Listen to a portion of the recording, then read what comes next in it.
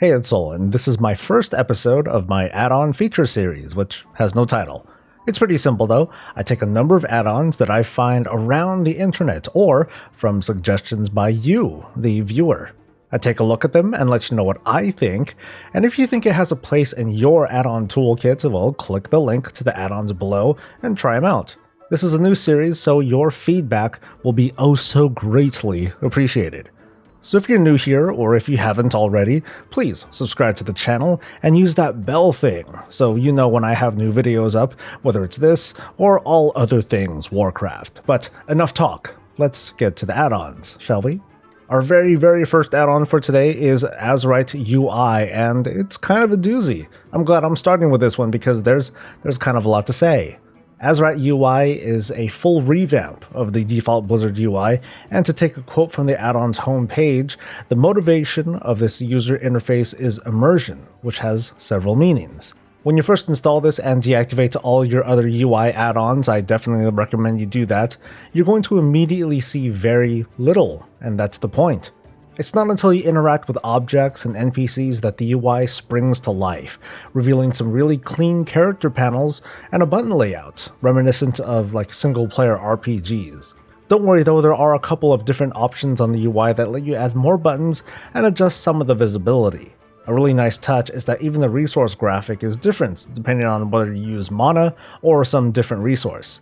I really dig the look of this UI. It's got this vision of the modern Warcraft feel, and there's a good bit of detail with its display of hotkeys and charges, showing what abilities are out of range of your target, nameplates, and so on.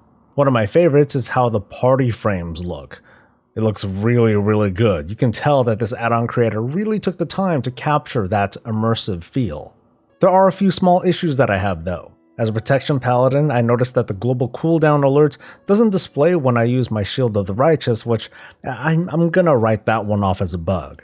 The bigger deal is that this add-on has very few actual options to customize the UI, and this is intentional. The creator clearly wants the user to not be bombarded with too much information, but I would love to at least alter some of those numerical values. I can't move anything either, not the frames, the map, the coordinate data, nothing. And finally, in a raid type of setting where it'd be useful to see raid buffs and debuffs, that's not happening.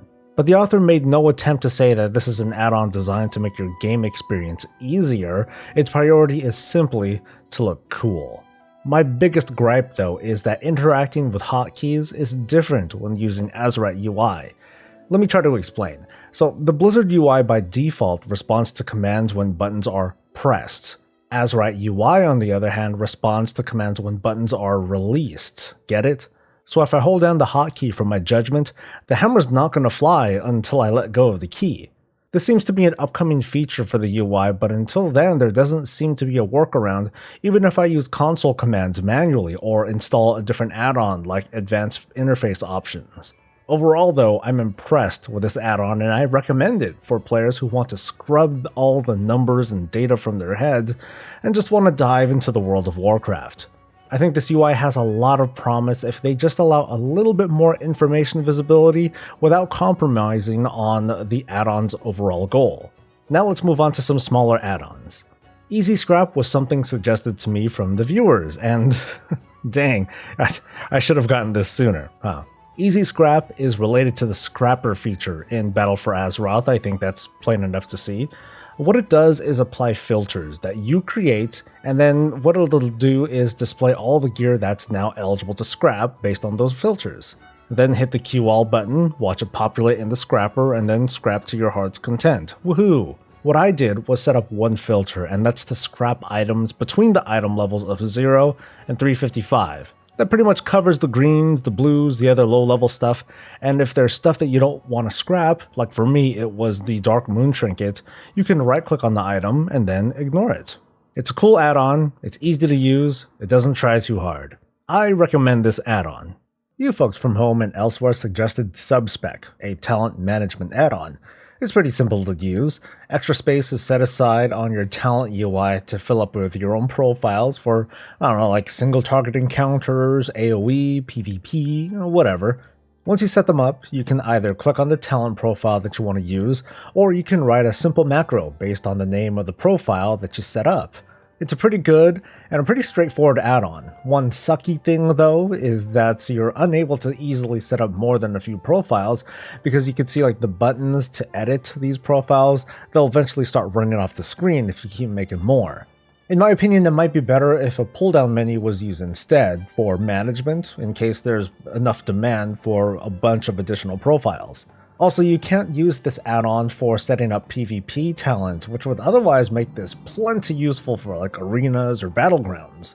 All in all though, this is still going to make my life a lot easier when I jump into anything outside of my normal talent setup. Finally, Auto Gossip will let you bypass the gossip text from Grona and Matthias, which will allow you to get straight to recruiting troops for all your fancy little boat missions. It's pretty straightforward, and as of now at least, Leatrix Plus does not do this. Unless you prefer to stay a while and listen every now and then get this add-on. So that rounds up my first episode covering a few different add-ons to try or to not try. I hope to see you for future episodes, and if there's a more obscure add-on that you think everyone should know about, well, let me know in a comment below, and that might come up in a future episode. So thanks for coming. Support the channel if you want, and otherwise, I'll see you later. Until then, stay safe, stay happy, and stay breezy.